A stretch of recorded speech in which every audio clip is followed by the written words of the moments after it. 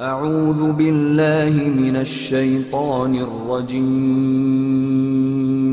بسم الله الرحمن الرحيم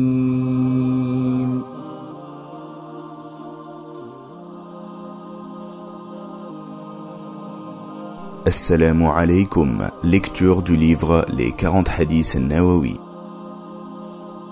Le messager de Dieu alayhi salatu wassalam a dit: la création de l'être humain s'opère dans le ventre de sa mère, sous la forme d'une goutte durant 40 jours. Il prend alors la forme d'une adhérence pendant une période identique et devient ensuite, toujours pendant la même durée, un morceau de chair.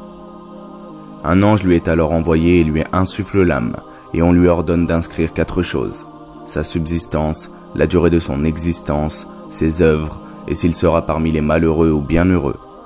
Par Allah, en dehors duquel il n'y a pas de divinité digne d'adoration, l'homme peut accomplir les actes des habitants du paradis jusqu'à ce qu'il n'y ait plus entre lui et elle la mort qu'une coudée.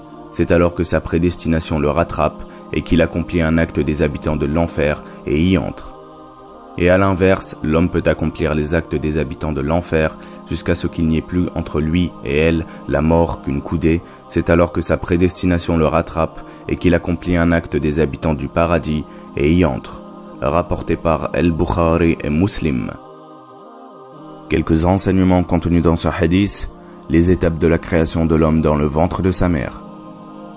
L'insufflation de l'âme survient après 120 jours et ainsi l'embryon devient un être humain.